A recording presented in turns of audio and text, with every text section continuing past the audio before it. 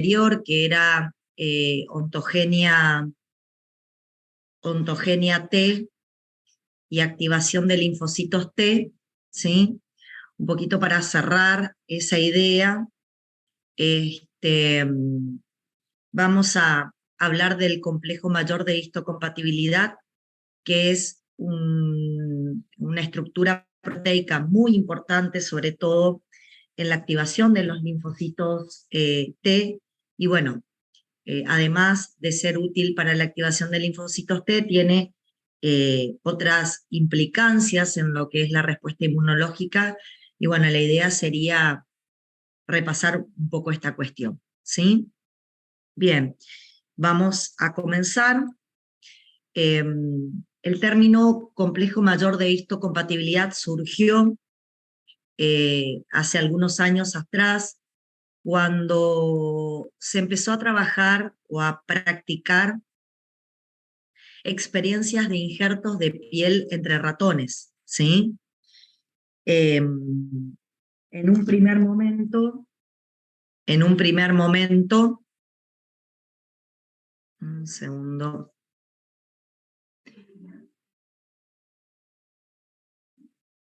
un segundo.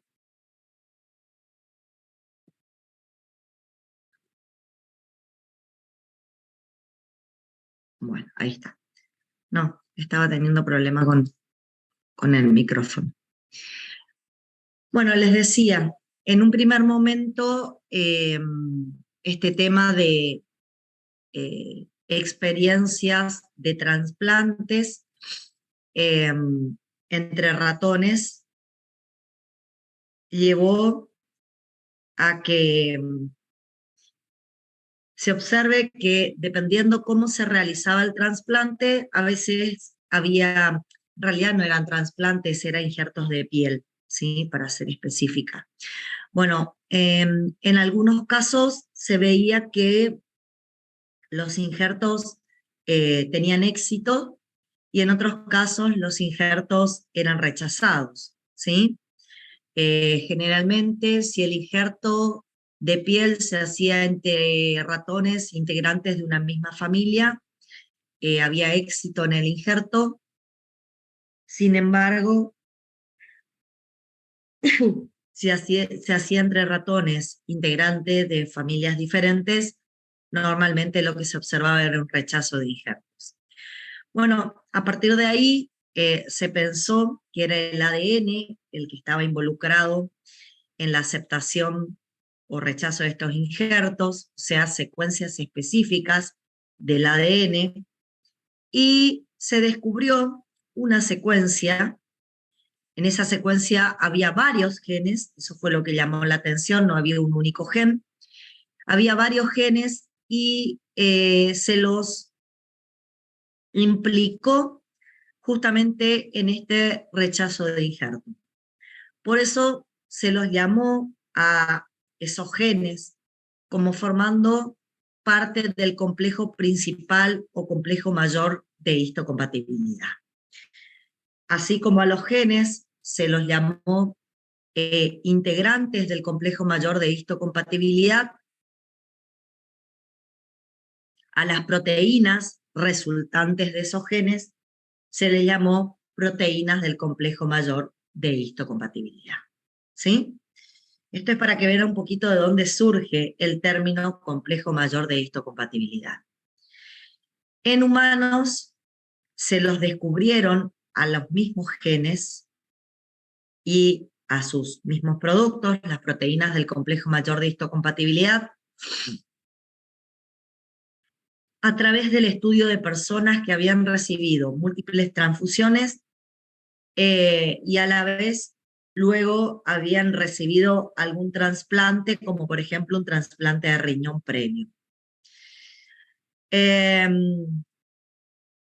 Vieron en pacientes que tenían múltiples transfusiones y después hicieron un trasplante de riñón, que presentaban proteínas que habían generado formación de anticuerpos, o sea, aparentemente las múltiples transfusiones habían hecho que la persona forme anticuerpos frente a determinadas proteínas. esas proteínas se empezaron a llamar antígenos leucocitarios humanos, HLA. Y bueno, la persona que tenía anticuerpos frente a esas proteínas difícilmente tenía éxito al recibir un trasplante.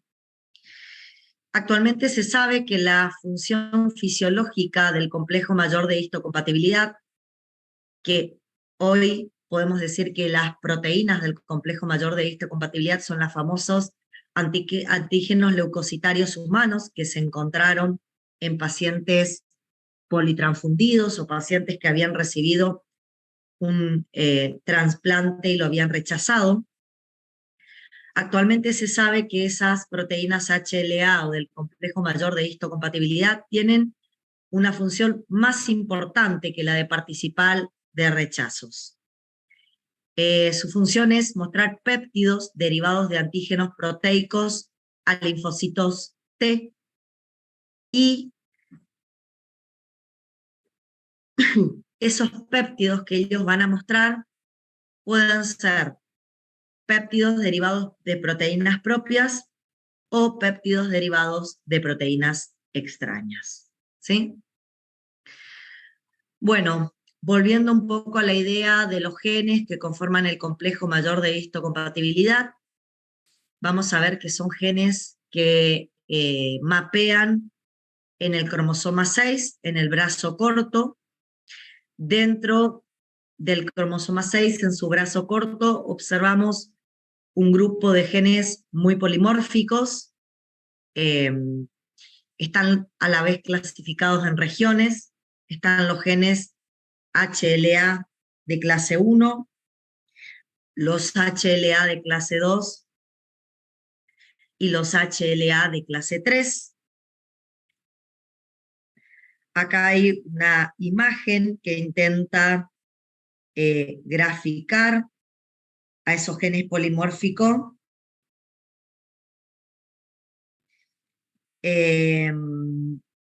Como pueden observar, primero encontramos, corriente abajo, los genes de clase 2. Dentro del grupo de los genes de clase 2 hay genes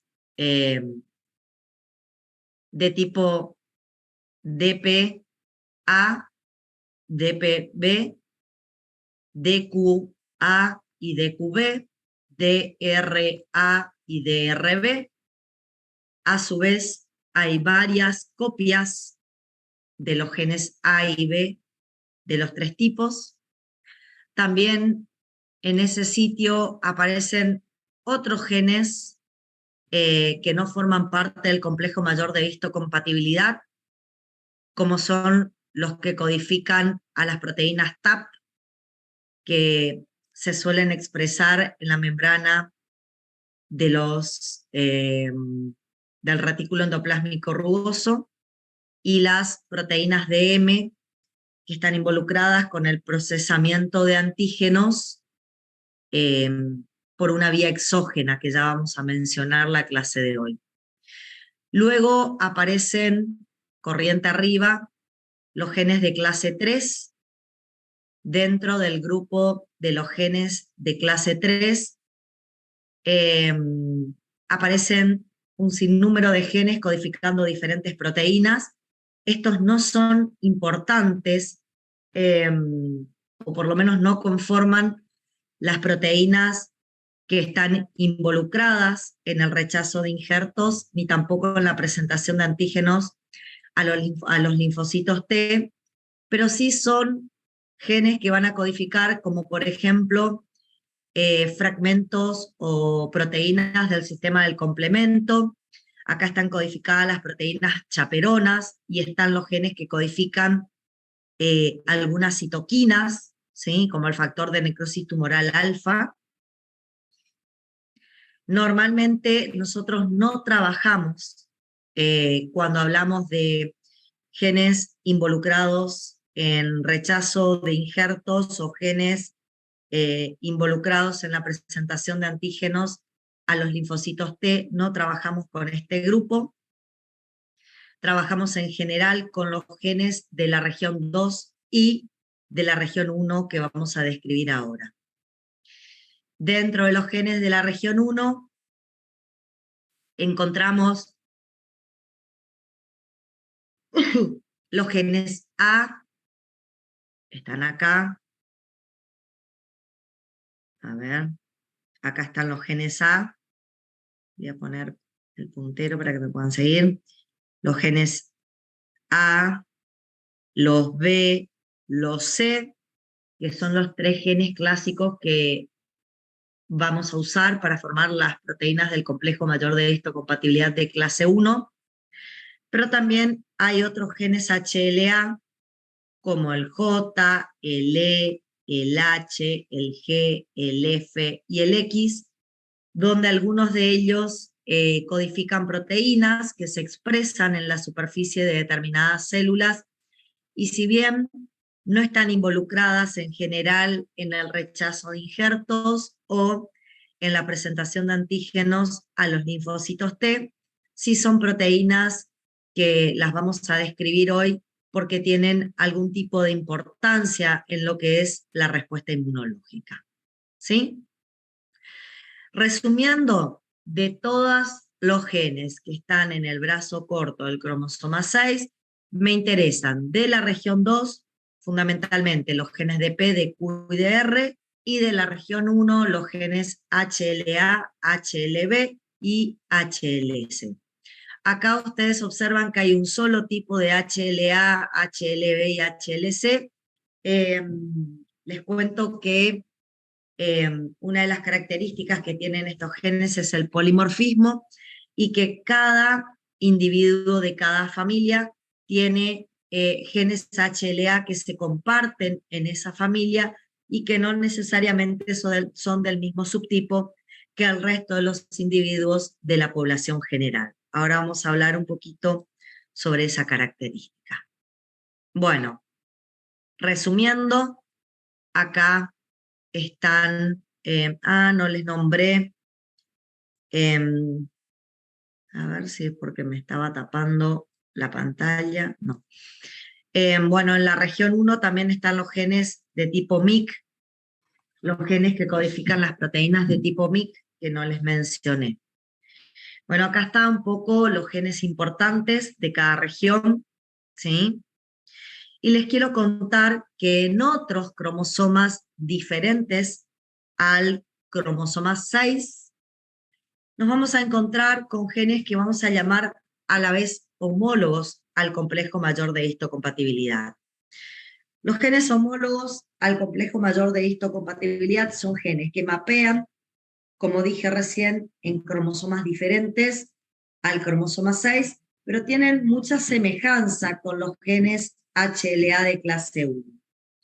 Generalmente son los genes que van a codificar la molécula CD1, y son genes que van a codificar el receptor neonatal FC para la inmunoglobulina G, que les voy a mencionar en un momento, y los consideramos en esta clase porque fundamentalmente los genes para CD1 codifican una proteína que sí está involucrada en la presentación de antígenos a un grupo particular de linfocitos T, por eso es importante que la mencionemos en la clase de hoy.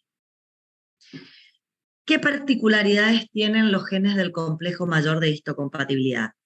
Bueno, tienen 3 características que no son características que tengamos que dejar pasar, son importantes, y justamente estas características hacen que estos genes sean los responsables cuando un individuo recibe un trasplante de otro individuo de la misma especie o de especies diferentes, normalmente puedan presentar rechazos de los tejidos trasplantados, ¿sí? Bueno, estoy hablando del polimorfismo. Esta es una de las primeras características que tenemos que mencionar. Con el concepto o con el término polimorfismo, lo que queremos significar es que normalmente hay una secuencia de genes distintos entre individuos. Normalmente hay 5.000 genes HLA en toda la población humana, y de esos 5.000 genes, cada familia tiene un cierto porcentaje de genes que se comparten entre los individuos de esa misma familia. Por ejemplo, en una familia yo voy a tener los genes HLA número 51 y los HLA 120, y en una familia diferentes también voy a tener genes HLA, pero en esa familia, por ejemplo, aparece el HLA 70 y el HLA 22. Son ambos genes, o los que nombré, son todos genes HLA, pero que tienen variantes en las bases nucleotídicas, por lo tanto no son genes idénticos. Y eso genera a que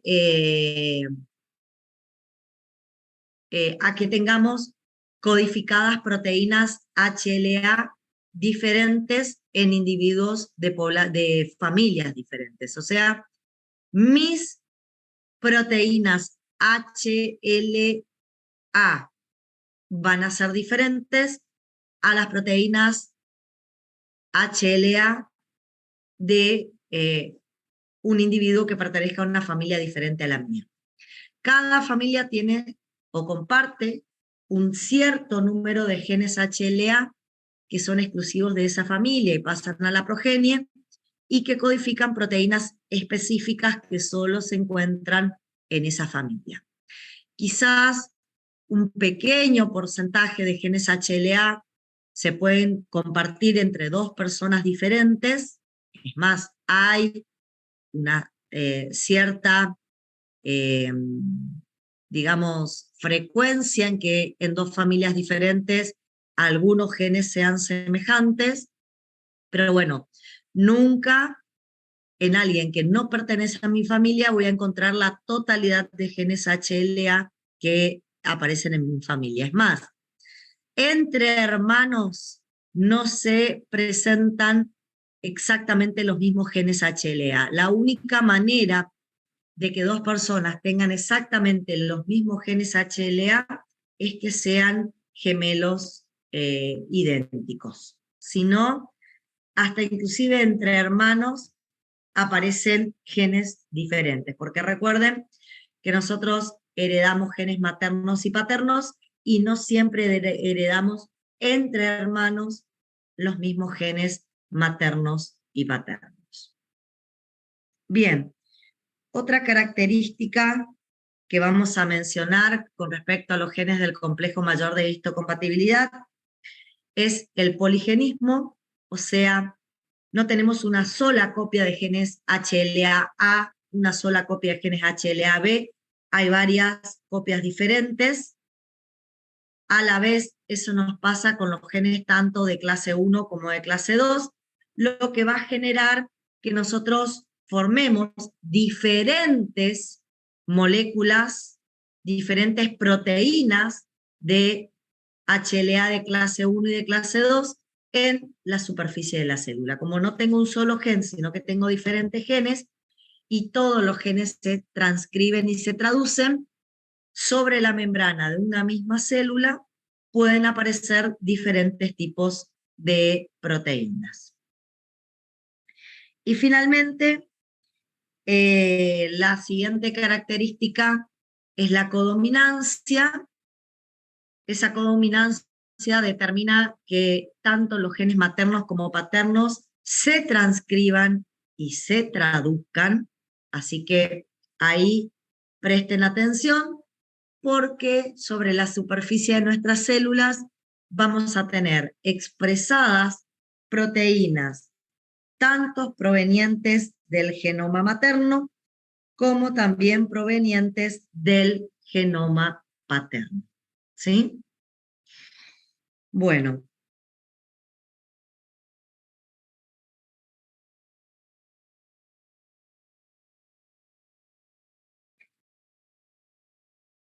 Vamos a hablar de las proteínas del complejo mayor de histocompatibilidad de clase 1. Las proteínas del complejo mayor de histocompatibilidad de clase 1 son proteínas que aparecen en la superficie de nuestras células. Acá pueden observar que se expresan sobre todas nuestras células nucleadas.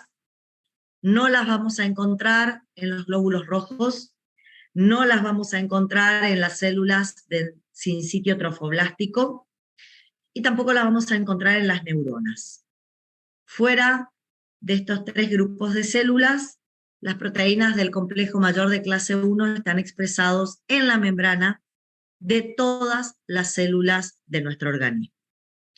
Estas proteínas del complejo mayor de clase 1 derivan de los genes HLA de clase A, B y C, que están en la región 1 del cromosoma 6. En esos genes HLA, A, B y C, cada uno de ellos codifica para una cadena alfa diferente. Voy a tener una cadena alfa codificada por genes A, una alfa codificada por genes B y una alfa codificada por genes C. Son tres cadenas alfas diferentes, pero cualquiera de las tres en la membrana de nuestras células se pueden asociar a una cadena de beta-2 microglobulina que está codificada en el cromosoma 15, y la asociación de cualquiera de esas cadenas alfas derivadas de los genes A, B y C, combinadas con las beta-2 microglobulinas, dan lugar a esta proteína que la llamo proteína HLA de clase 1. En la imagen puedo observar la estructura tridimensional que tiene la proteína, así como una estructura bidimensional.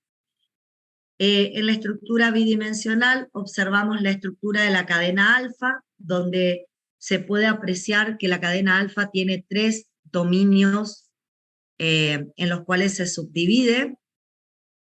Tiene el dominio alfa 3, alfa 2 y alfa 1. Entre el dominio alfa 1 y alfa 2 observamos que la cadena alfa forma un bolsillo o una depresión, que es donde habitualmente se aloja el péptido que se va a presentar a través de esta proteína de membrana. Y normalmente vamos a ver que esta proteína del complejo mayor de clase 1 expresado en todas las células va a mostrar proteínas propias o extrañas, que normalmente son proteínas citoplasmáticas. Si pensamos en las propiedades que tienen estos genes, un individuo heterocigota que expresa tanto genes maternos y paternos va a expresar como mínimo 6 moléculas diferentes de clase 1 sobre la superficie de la célula. ¿Por qué 6 moléculas diferentes? Porque recuerden, cada uno de los genes A, B y C codifica una proteína alfa diferente, y yo tengo genes A, B y C maternos y paternos, y como dije, todos los genes se transcriben y se expresan debido a la característica de codominancia que tienen estos genes HLA.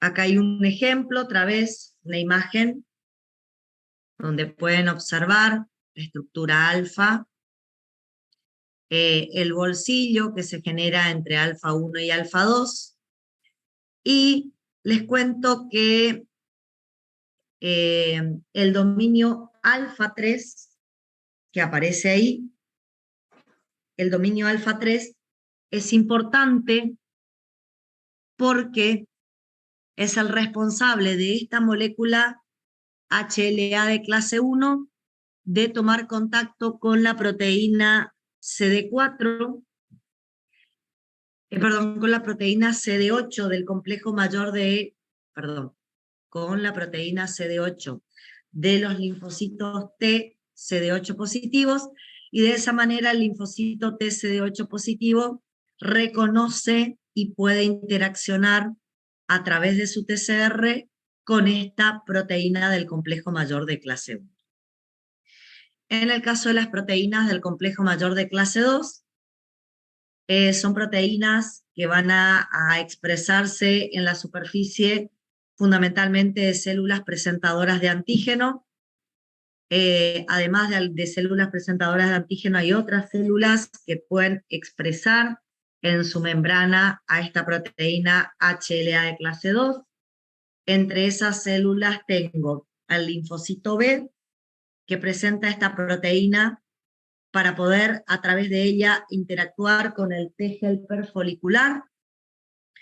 Las tienen los monocitos macrófagos, las células dendríticas, los precursores eritroides, las células de Langerhans, que son un subtipo de células dendríticas, las células de Kupffer, que son macrófagos especializados, las células del epitelio tímico, que estudiamos, que participaban en la clase anterior, que participaban en la maduración de los linfocitos T, y algunas células T activadas también pueden presentar a esta molécula en su superficie.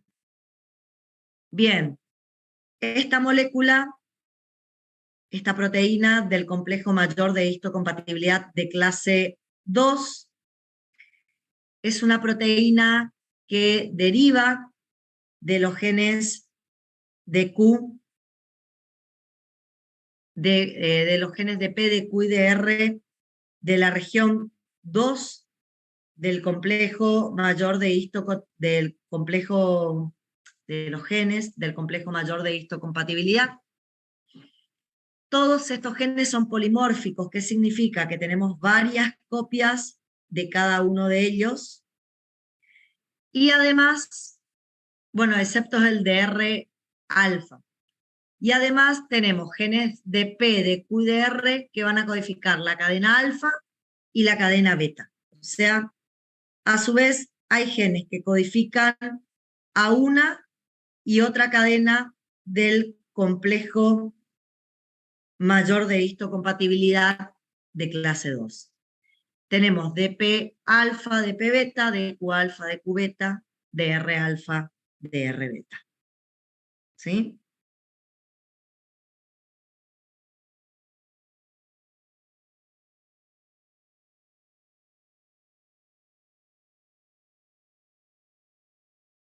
Bueno,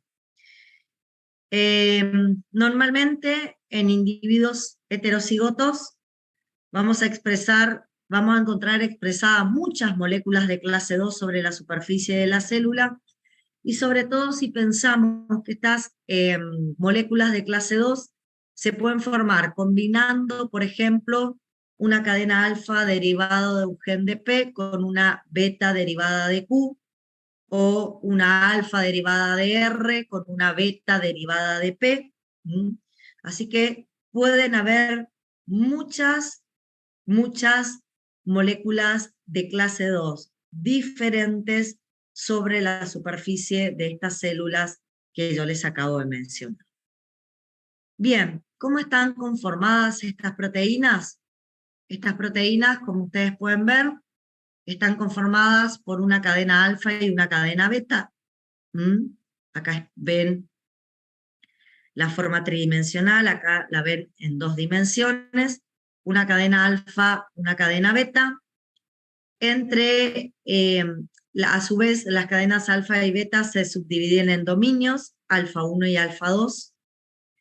Entre alfa 1 y beta 1, normalmente se observa la formación de un bolsillo, donde estas proteínas alojan el péptido que va a ser presentado.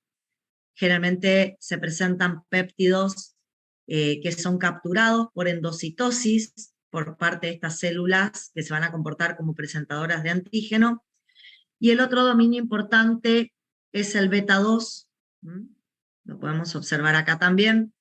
El otro dominio importante es el beta 2, porque es el dominio que va a interaccionar con la proteína CD4, que está sobre la superficie de los linfocitos T helpers o colaboradores durante el reconocimiento de antígeno, cuando estos linfocitos T reciben la primer señal de estimulación por parte de las células presentadoras. Bueno, acá estamos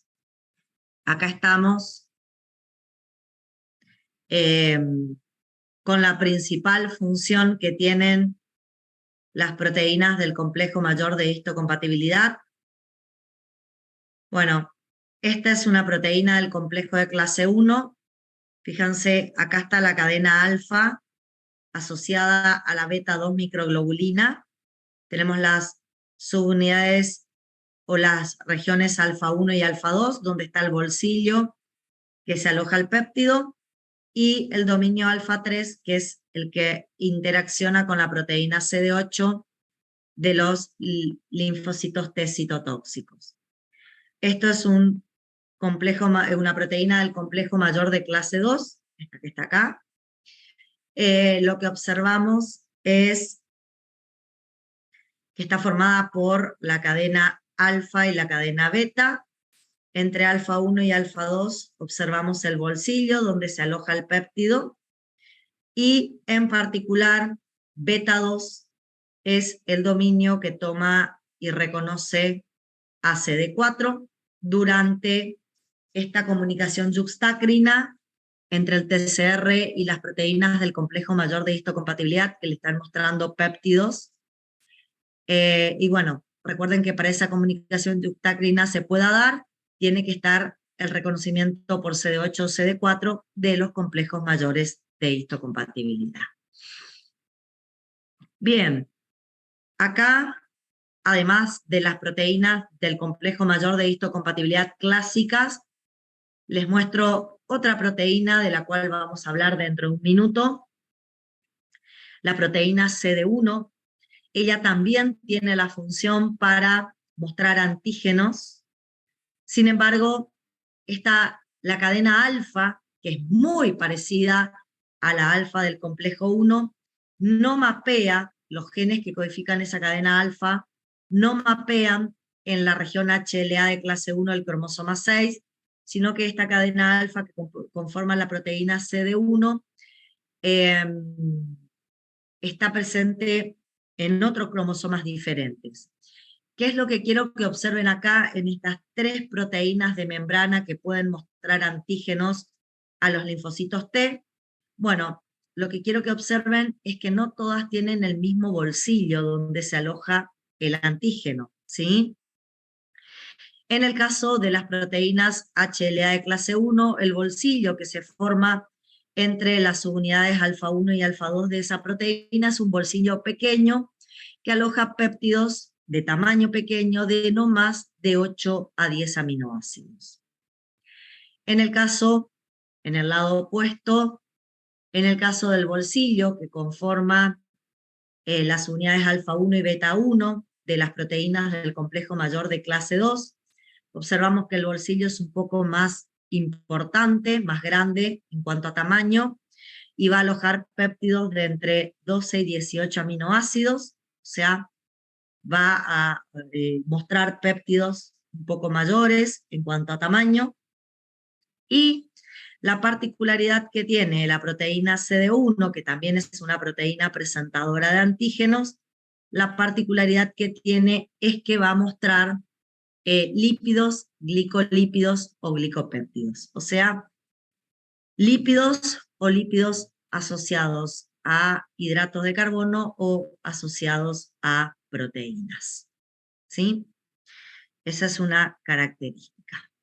¿Está? Bueno.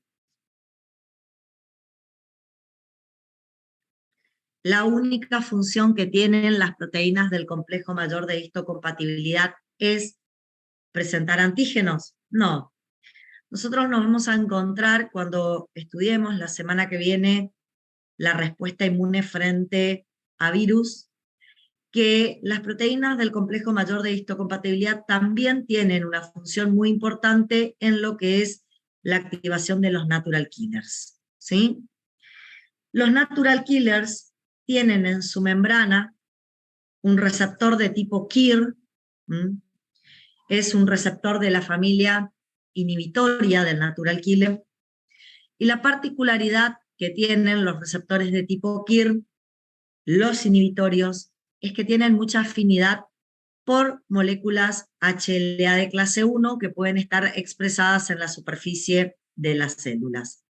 En verdad, estos receptores de tipo KIR no tienen la capacidad de reconocer antígenos mostrados por estas proteínas, porque no tienen una región variable, como sí lo tiene el TCR. La única función de los receptores de tipo KIR es detectar la presencia de estas proteínas en la superficie de nuestras células propias. No pueden detectar el subtipo de antígeno que estas proteínas pueden llegar a estar mostrando. Lo que sí ellos van a censar es su presencia o la disminución de las proteínas del complejo mayor de clase 1. Así que otra de las funciones en el caso de las proteínas del complejo mayor de clase 1 es interactuar e inactivar a los natural killer, que son células de la inmunidad innata. A la vez también sobre un grupo de receptores NKG que también son receptores expresados en los natural killer, encuentro que hay proteínas del complejo mayor de histocompatibilidad, pero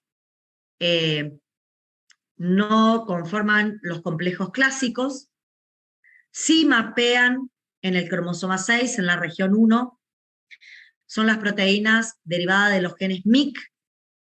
Estas proteínas derivadas de los genes MYC, que pueden ser las proteínas MYC-A o MYC-B, son proteínas que tienen afinidad por estos receptores NKG. Los receptores NKG son receptores estimuladores del natural killer. Por lo tanto, cuando se expresan estas proteínas derivadas de los genes HLA, las MYC-A, van a unirse a estos receptores estimuladores y van a, de alguna manera, estimular los natural killers. Entonces, normalmente, una célula en condiciones normales tiene expresado normalmente proteínas del complejo mayor de clase 1 en su membrana, a través de los cuales puede estar mostrando péptidos propios o quizás algún otro péptido citoplasmático que podría ser extraño. Pero bueno, lo importante es que tiene niveles normales de proteínas del complejo mayor de histocompatibilidad de clase 1 sobre su superficie celular. Y tiene ausente las proteínas derivadas de los genes MYC.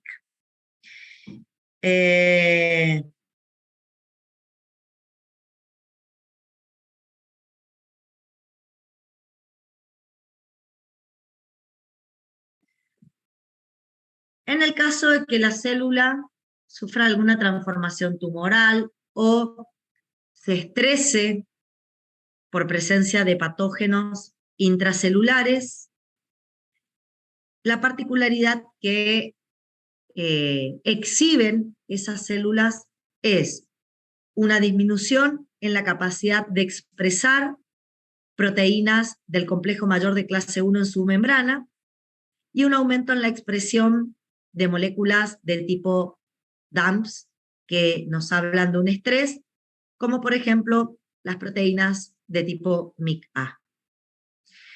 Al desaparecer de la membrana o disminuir en cantidad las moléculas HLA de clase 1, los receptores inhibitorios del natural killer, los KIR, empiezan a tener una menor señal cuando el natural killer se enfrenta a una célula que se encuentra en esta condición.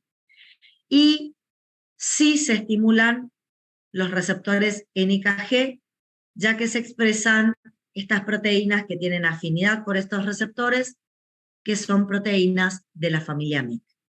Ante esta circunstancia, el natural killer determina que la célula que tiene frente a él está sufriendo una transformación neoplásica o está bajo estrés por un proceso inflamatorio y entonces el natural killer frente a esa célula se va a activar y la va a destruir por citotoxicidad.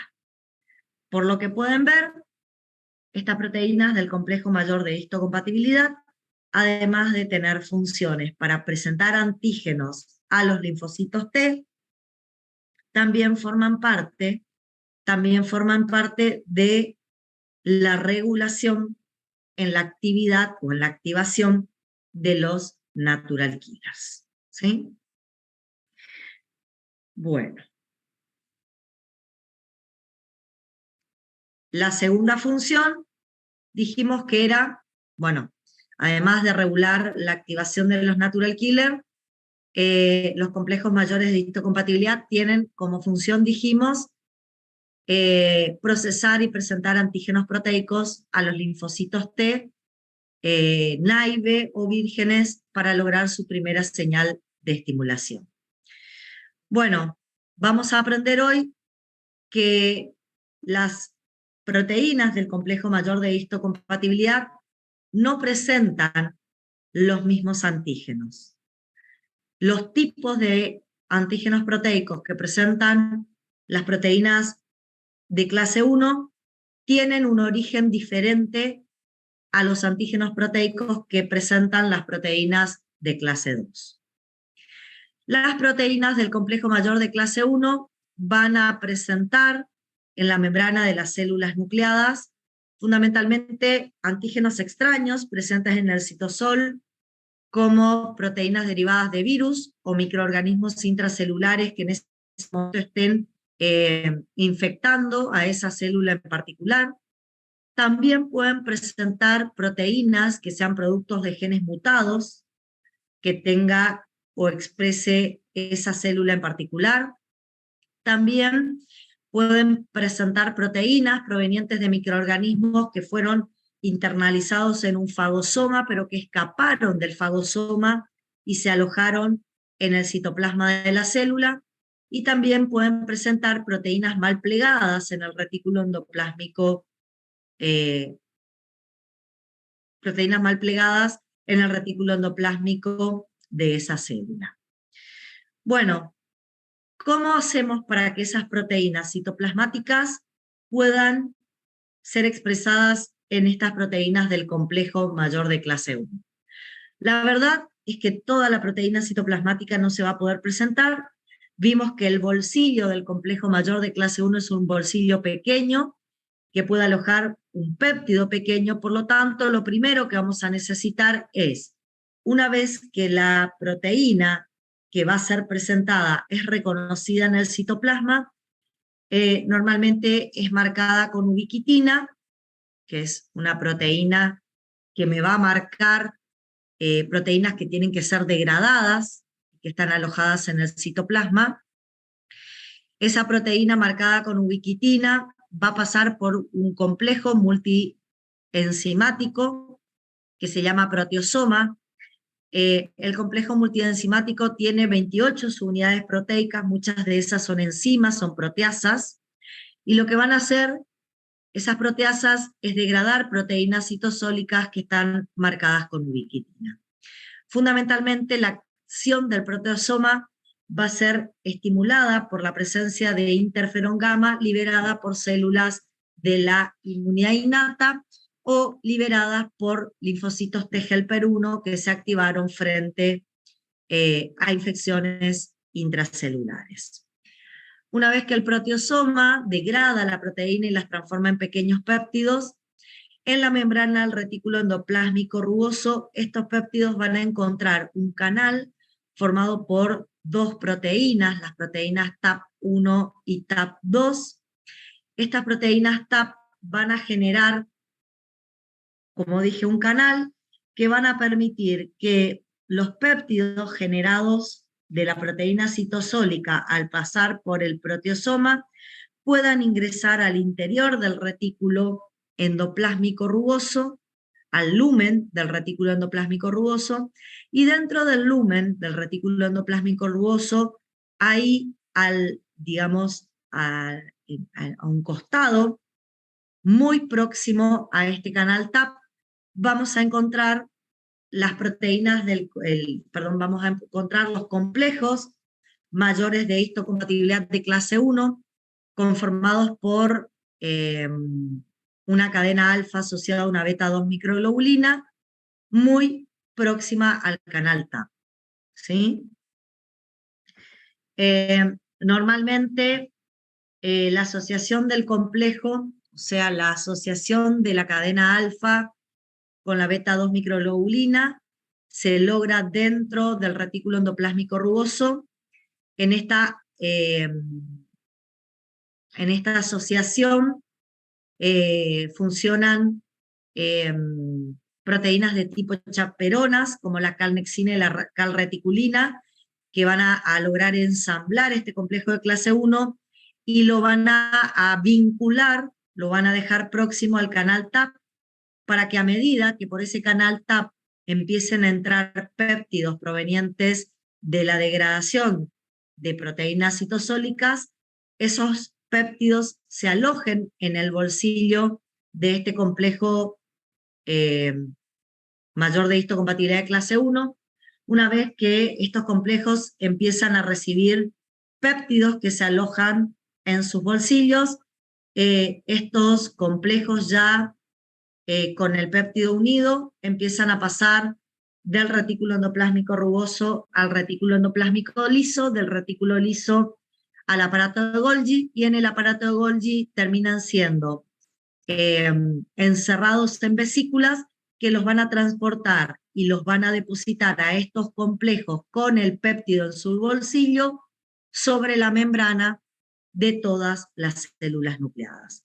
Esta es la membrana de una célula nucleada, y en la membrana está expresado el complejo mayor de clase 1, y acá puede estar siendo mostrado un péptido propio, que en el caso de que sea un linfocito TCD8 el que esté con su TCR mirando ese péptido, no lo debería activar, porque el CD8 no se debe activar frente a péptidos propios.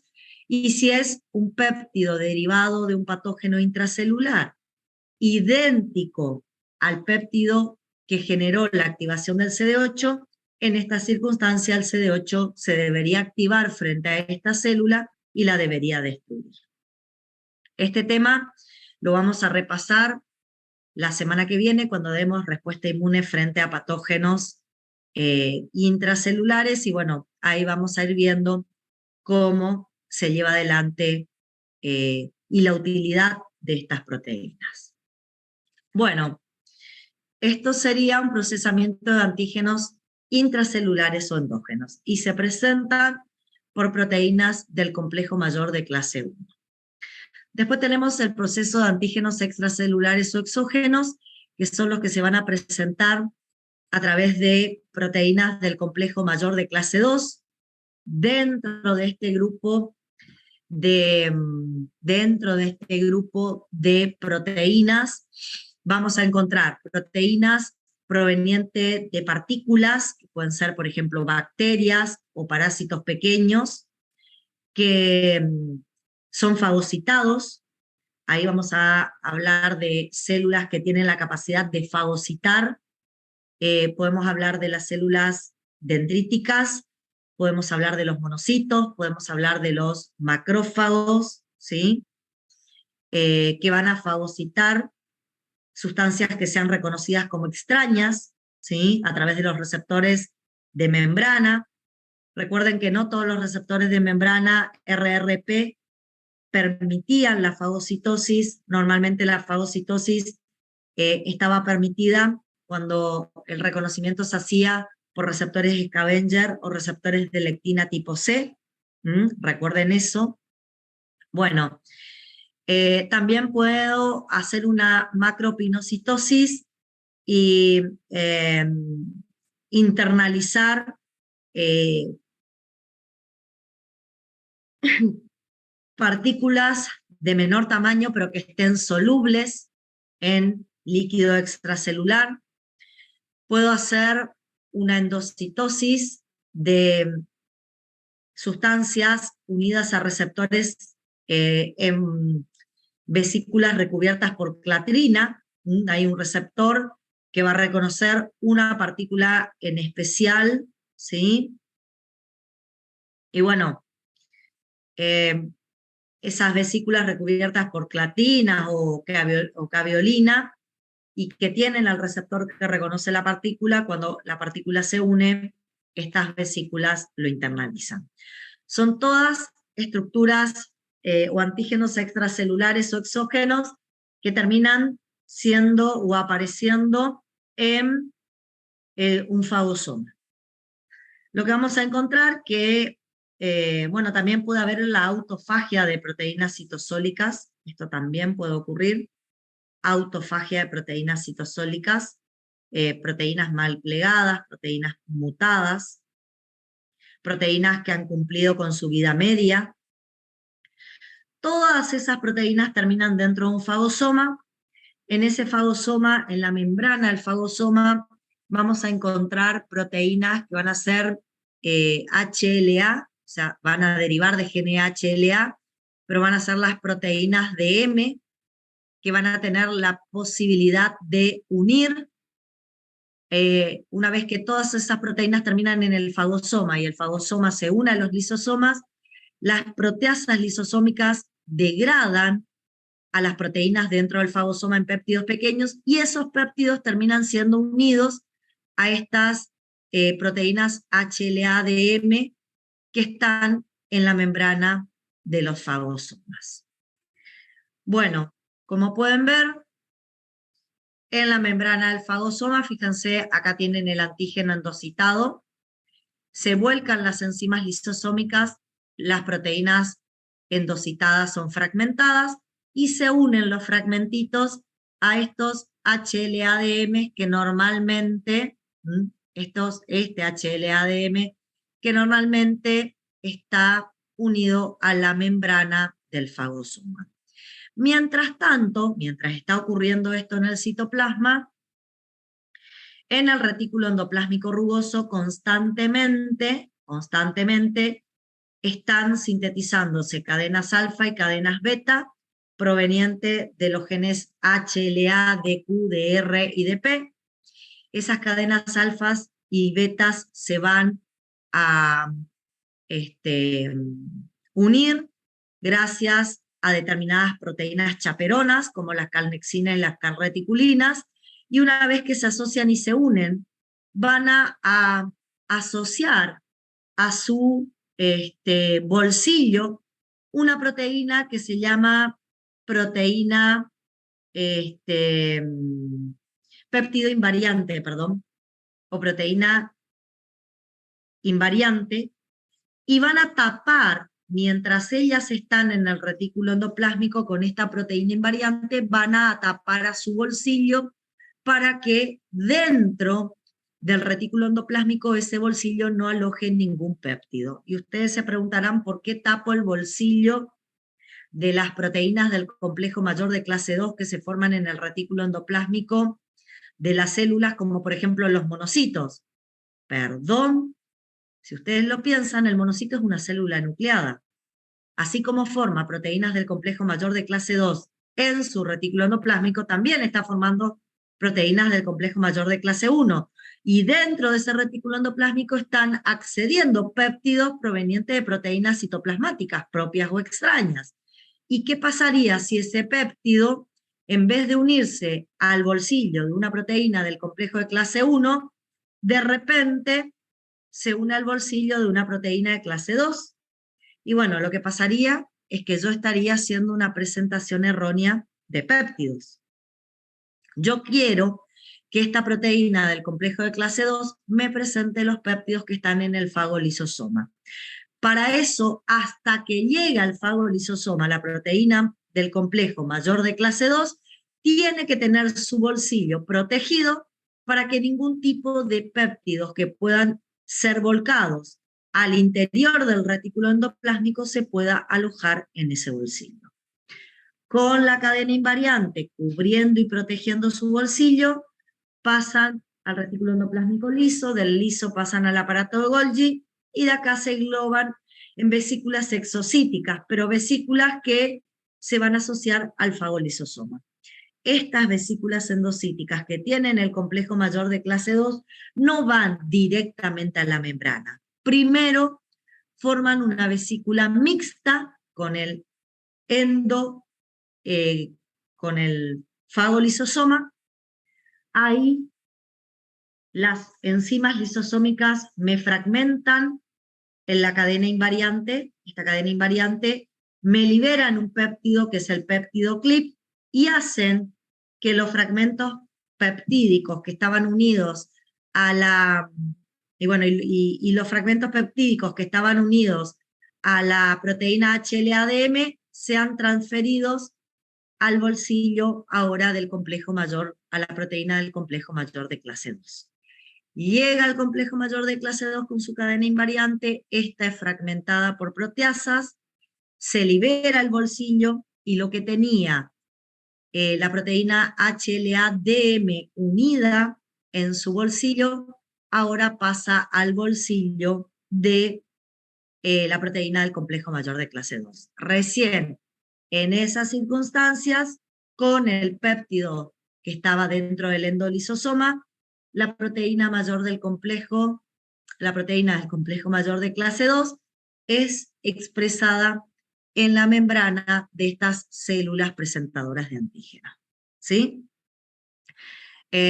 Ahí la función es mostrarles a los linfocitos T, CD4, para que o reciban la señal, la primer señal de estimulación en órganos linfoides secundarios o en tejidos periféricos, reconozcan en qué tejido está presente el patógeno frente al cual ellos tienen que actuar. ¿Sí? Bueno, existe algo, yo hablé del procesamiento y presentación de antígenos intracelulares o endógenos, hablé del procesamiento y presentación de antígenos extracelulares o exógenos, y hay algo que se llama presentación cruzada. ¿Qué es presentación cruzada? La presentación cruzada es un fenómeno que también se da en la respuesta inmune. La presentación cruzada es una presentación que generalmente o que se caracteriza, podríamos decir, porque un antígeno que según sus características debería presentarse por un complejo de clase 1, termina siendo presentado y expresado por un complejo de clase 2. ¿Sí?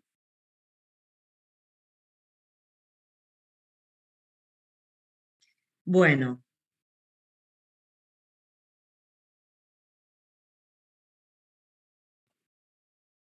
O al revés, uno que se debería presentar por complejo de clase 2 se presenta por complejo de clase 1. La verdad, la presentación cruzada más frecuente que tenemos es cuando hay antígenos que entran por endocitosis a una célula presentadora y en vez de expresarse por complejo de clase 2, se terminan presentando por complejo de clase 1. Recuerden que todo lo que entraba por endocitosis o fagocitosis normalmente se presentan como antígenos extracelulares por complejo de clase 2. Bueno, esta situación que les voy a mencionar es una situación particular.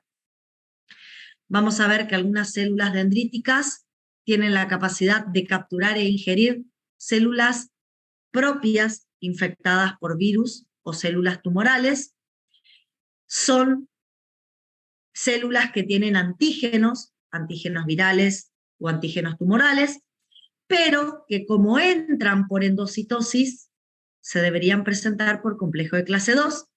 Sin embargo, la célula dendrítica hace una presentación cruzada y en vez de expresarlos por complejo de clase 2, los termina expresando por complejo de clase 1. ¿Sí? Normalmente esos antígenos ingeridos pasan al citosol por vías que son muy poco definidas, Son degradadas por el proteosomas en el citosol, son internalizadas por proteínas TAP dentro del retículo endoplásmico y así se terminan presentando por complejos mayores de clase 1. ¿Sí? Es un tipo de presentación muy particular, pero útil dentro de lo que es la respuesta inflamatoria. Y a este tipo de presentación lo vamos a llamar presentación cruzada. Bueno, hasta acá estuve definiendo los genes clásicos, estuvimos viendo las proteínas que surgían de esos genes clásicos, vimos las funciones que tenían en cuanto a la presentación de antígenos, tanto antígenos endocitados como también antígenos intracelulares. Y ahora lo que vamos a tratar de describir un poco es las proteínas que se pueden sintetizar y expresar en la superficie de nuestras células y que van a derivar más que nada de genes HLA de tipo 1 que no son clásicos. Yo cuando les mostré hoy los genes HLA de clase 1, les hablé de que más que nada nos iba a interesar el gen HLA de tipo A, B y C, pero bueno, hay algunos que no son clásicos, pero que porque no van a formar proteínas del complejo mayor de histocompatibilidad, con las funciones que ya hemos descrito, pero que forman proteínas que cierta importancia tienen durante nuestra regulación del sistema inmune. Una de ellas, y de la cual probablemente mencionemos en alguna otra clase, es la molécula HLA-E, que va a estar expresada en todos los tejidos y células y que normalmente se puede unir a péptidos derivados de virus. Habitualmente esta proteína HLA-E es ligando tanto para receptores inhibitorios, así como también para receptores activadores de los natural killer, y son proteínas HLA que van a modular la respuesta de los natural killer citotóxicos, sobre todo favoreciendo que estos se estimulen cuando estén frente a células infectadas por virus. Después tenemos las moléculas HLA-G. Las HLA-G tienen una función fundamental en modular la inmunidad y evitar el rechazo materno-fetal. Generalmente se expresan en la interfaz materno-fetal en las células del sitio trofoblástico y en células epiteliales subcapsulares del timo, también las encontramos ahí. En la placenta desempeñan un papel importante en los fenómenos inmunitarios que regulan la gestación, justamente evitando el rechazo materno-fetal, y en el timo estarían relacionadas con la selección del repertorio de células T, fundamentalmente en procesos de selección positiva y selección negativa. Finalmente, otros genes que me interesa que veamos son los genes de la familia MYC. Estos genes se pueden expresar en células epiteliales, en fibroblastos, en queratinocitos, en células endoteliales. Los productos de estos genes, que son las proteínas MYC-A y MYC-B, generalmente son ligandos para el receptor activador de citotoxicidad de los natural killer. También actúan como ligando para receptores estimuladores de los linfocitos TCD8 y de los linfocitos T que tienen ligandos gamma delta. Su expresión normalmente está aumentada y se observa por estímulos genotóxicos o infección por microorganismos intracelulares. O sea, normalmente la expresión de estas proteínas están relacionadas con células tumorales o células que en su interior tienen virus o bacterias o parásitos intracelulares, ¿sí? Así que como pueden ver, estas proteínas que derivan de genes HLA, que no forman proteínas HLA clásicas, ¿sí?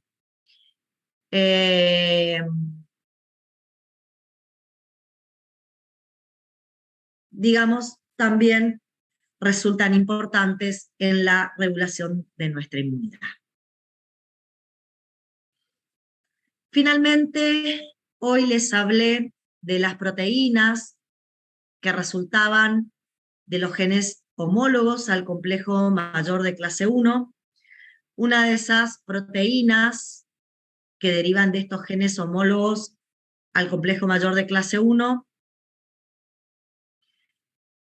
son las proteínas CD1.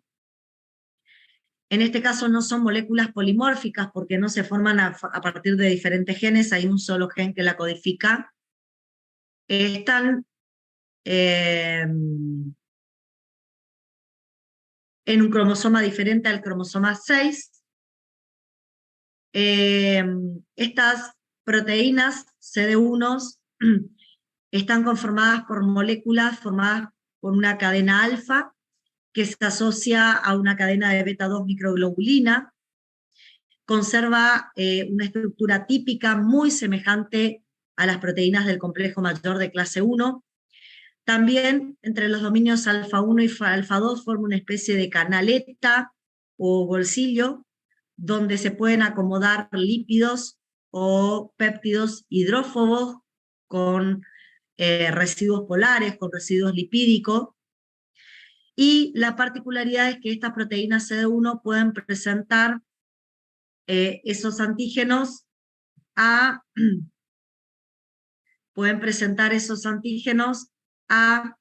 los linfocitos NKT, los T citolíticos naturales, y también a los T que tienen receptores gamma delta, y generalmente las células que expresan estas proteínas en su membrana son células dendríticas o monocitos, ¿sí?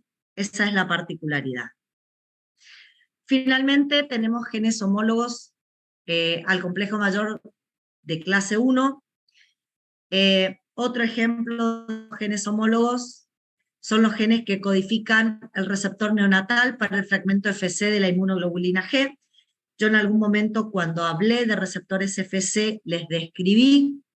Fíjense, están formados por estas proteínas, receptor neonatal para el fragmento FC de la inmunoglobulina, que deriva de genes homólogos al complejo mayor de clase 1. Está formado por una cadena alfa que genera un bolsillo. En ese bolsillo está la región de reconocimiento FC. Está asociado a una beta 2 microglobulina y, como en algún momento dijimos, lo podíamos encontrar expresado en el lumen intestinal del neonato, y así incorporan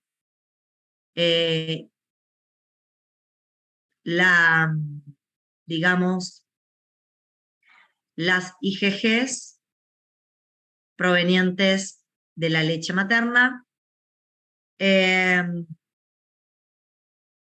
También están en las células del sincitio trofoblástico, ¿sí? Ahí permiten la incorporación de anticuerpos IgG maternos y su liberación en sangre fetal, ¿sí? Y también están en el endotelio, ¿sí? En el endotelio, las células endoteliales. Y bueno, acá permiten justamente el traspaso, más que nada, de las IgG maternas al feto o al recién nacido, ¿sí? Bueno, con esto terminaríamos de hablar de receptores, perdón, terminaríamos de hablar de genes del complejo mayor de histocompatibilidad y de sus productos, tanto de genes clásicos como genes homólogos. Y para ir terminando la clase de hoy, me gustaría abordar un poquito una serie de células que son muy importantes, además de las proteínas que acabamos de mencionar, como proteínas importantes en la presentación de antígenos a los linfocitos. Quiero abordar también y repasar una serie de células de las cuales venimos hablando muchísimos en estas últimas clases, y que son las células que muchas veces en su membrana tienen a estas proteínas del complejo mayor de histocompatibilidad y son las responsables de actuar en la presentación de antígenos a los linfocitos T, dándoles esa primer señal de estimulación tan importante para que los linfocitos T se activen frente a sustancias extrañas. Bueno, quiero hablar de las células presentadoras de antígenos. Estas células son células capaces de presentar péptidos en un contexto del complejo mayor de clase 2 y además de presentar antígenos a través de proteínas del complejo mayor de clase 2, tienen en su membrana señales coestimuladoras que son necesarias para la activación completa de las células T. Como tienen ambas proteínas expresadas y le dan las dos señales que las células T necesitan, estas al reconocer el antígeno en este contexto, una vez que lo reconocen, proliferan y se diferencian y así pueden formar linfocitos T maduros, citotóxicos o colaboradores. Bien, ¿cuáles son las células presentadoras de antígenos profesionales? ¿Cuáles tenemos en nuestro sistema inmune? Las clásicas, las mejor conocidas, que son las células dendríticas, las menos conocidas, que son los macrófagos, y unas que actúan en situaciones muy particulares, que son los linfocitos B. Bueno, las células presentadoras de antígenos clásicas son las células dendríticas. Estas células dendríticas tienen una alta actividad endocítica, normalmente la encontramos debajo de piel y mucosa, y tienen mucha propiedad migratoria. O sea, una vez que reconocen el antígeno, lo endocitan y lo presentan por proteínas del complejo mayor de histocompatibilidad, tienen mucha capacidad de abandonar la piel y mucosa y dirigirse a los órganos linfoides secundarios, donde se van a comportar como células presentadoras de antígeno. Normalmente, la expresión de proteínas del complejo mayor de clase 2 y de las proteínas coestimuladoras C80 y C86 es baja cuando está inmadura, cuando está de alguna manera sin haber reconocido antígenos. Sin embargo, cuando reconoce antígenos en la periferia, esta expresión de estas proteínas aumenta y mucho en su membrana, y con esas características es con las cuales migra al órgano linfoide secundario para hacer la presentación antigénica. Con respecto a la capacidad de activar linfocitos T, tienen mucha capacidad de activar linfocitos T vírgenes en órganos linfoides secundarios, y también pueden activar a los efectores en órganos linfoides periféricos. La diferencia es que en los órganos linfoides periféricos, cuando activan a los efectores, lo hacen en ausencia de CD80 y CD86.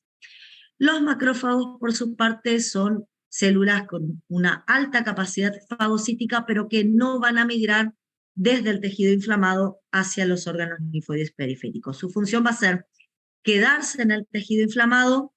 Normalmente expresan a las proteínas del complejo mayor de histocompatibilidad de clase 2, con poca cantidad de CD4 y CD80 y CD86 en su membrana, y su función es activar a linfocitos T efectores en los tejidos periféricos, donde ya llegan para cumplir su función efectora. Y finalmente tenemos a los linfocitos B, que tienen una capacidad endocítica media. Normalmente no están en tejidos inflamados, están en los órganos linfoides secundarios, ¿sí? Cuando se activan ante la primer señal que reciben por su BCR, expresan en su membrana el complejo mayor de clase 2, no con muchas moléculas C80 y C86, y su función fundamental es interactuar con T helper foliculares y activarlos para que estos liberen interleuquina 21, y a través de la interleuquina 21 los T helper foliculares le entreguen su segunda señal de estimulación. Cualquiera de estas se estarían comportando como células presentadoras de antígenos.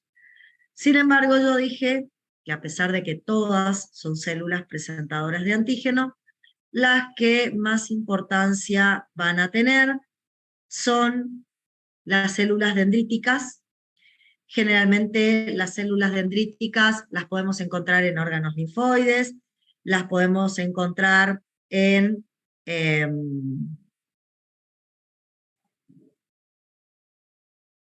tejido linfoide, en órganos linfoides las podemos encontrar en el epitelio de la piel, en los epitelios del sistema digestivo, respiratorio, en el intersticio de la mayoría de los órganos parenquimatosos.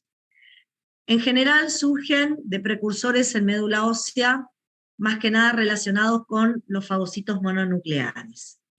Y salen de médula ósea en un estado inmaduro y se alojan en los tejidos hasta que toman contacto con antígenos y en ese momento ocurre su proceso de maduración.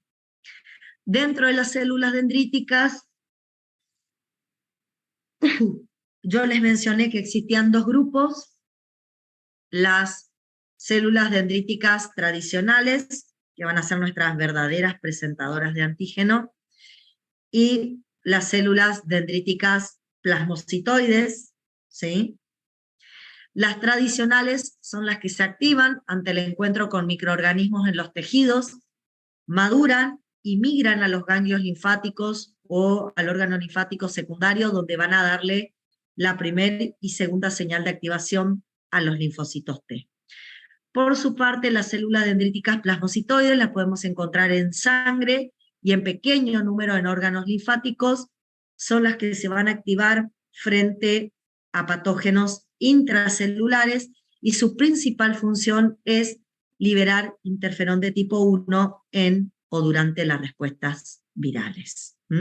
Ya vamos a ver después cómo actúan las células dendríticas plasmocitoides, y las tradicionales las describimos la clase anterior. En el caso de las tradicionales, dije que de manera inmadura estaban en tejidos periféricos. Ahí tenían una alta capacidad endocítica, una alta capacidad de procesar antígenos endocitados. Cuando están inmaduras, no expresan coestimuladoras CD80 y CD86 para las proteínas del complejo de clase 1 y clase 2, y no tienen capacidad para presentar antígenos a los linfocitos T vírgenes. ¿Cuándo maduran? Maduran cuando reconocen el antígeno y en esa forma madura adquieren capacidad de migración, migran a los órganos linfoides secundarios, ahí ya pierden la capacidad endocítica y la capacidad de procesar antígeno, pero tienen expresados en gran cantidad las moléculas coestimuladoras CD80 y CD86 necesarias para acompañar la primer señal de las moléculas del complejo mayor de clase 1 y de clase 2. Y tienen una alta capacidad para presentar y activar antígenos a los linfocitos T vírgenes, que es lo que estuvimos viendo. Recuerden que tienen todas estas receptores, y a través de estos receptores reconocen antígenos para procesarlos y después presentarlos.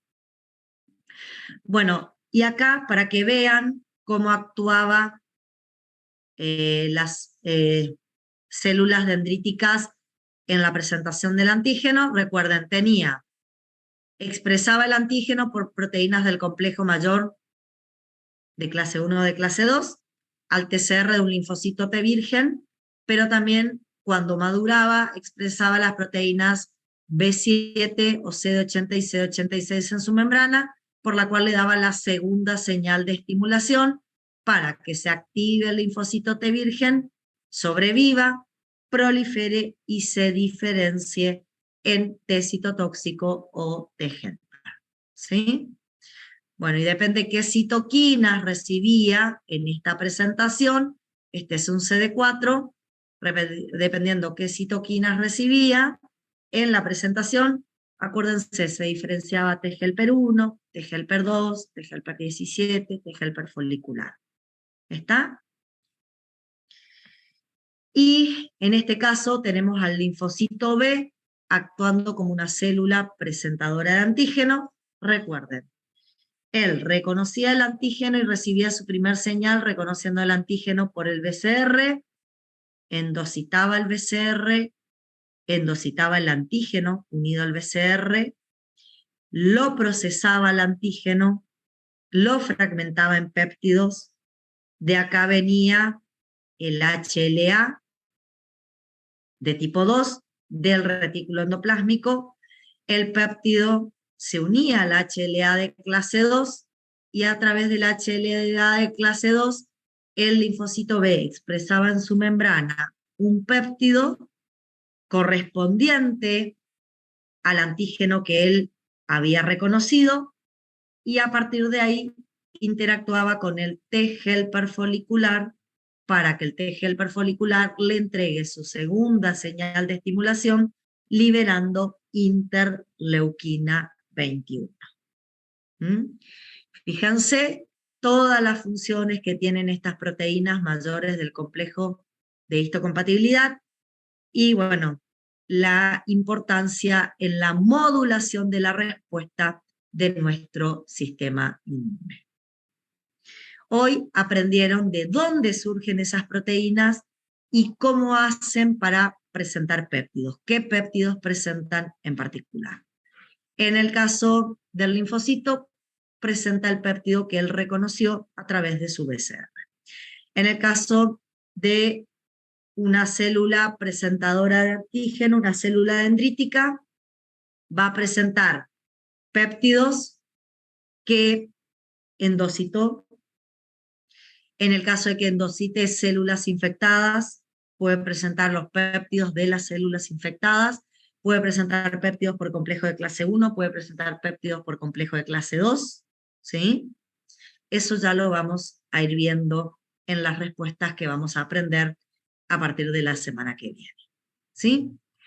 Bueno, chicos, hasta acá lo que yo hice desde el primer teórico fue ir contándole todos los elementos que son importantes para que el sistema inmune pueda generar una respuesta o la pueda regular.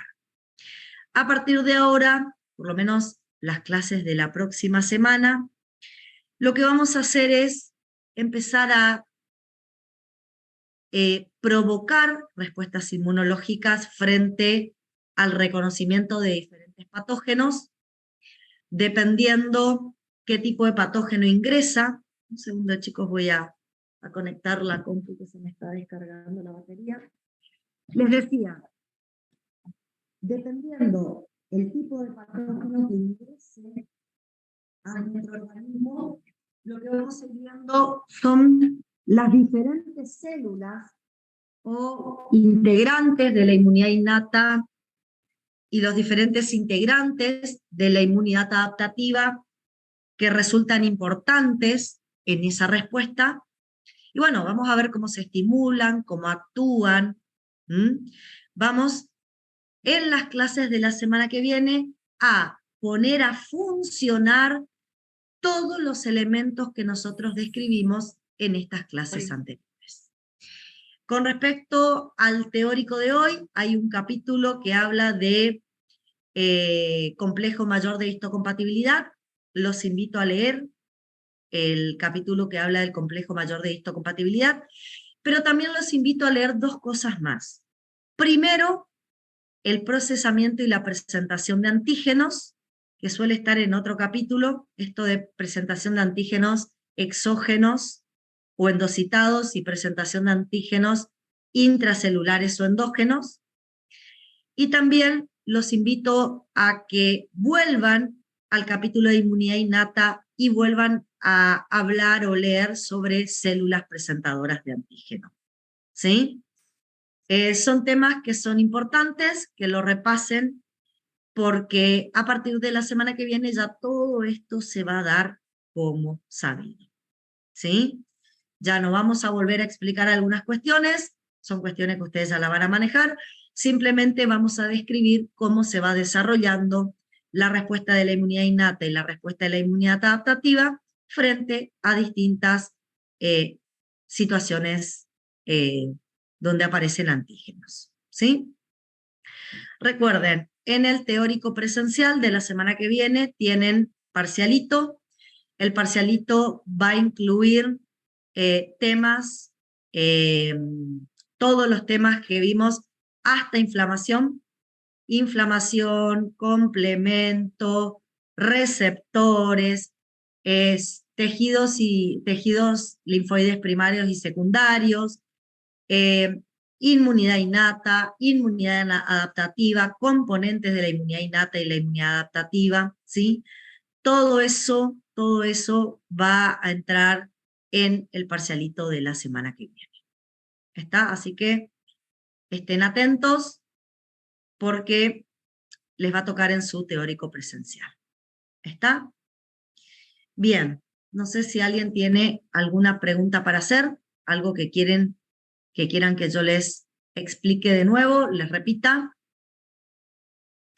Bueno, si no hay preguntas, los despido por esta semana y los espero en los teóricos de la semana que viene. ¿Está? Bueno, hasta luego, chicos. Gracias. Chau, chau.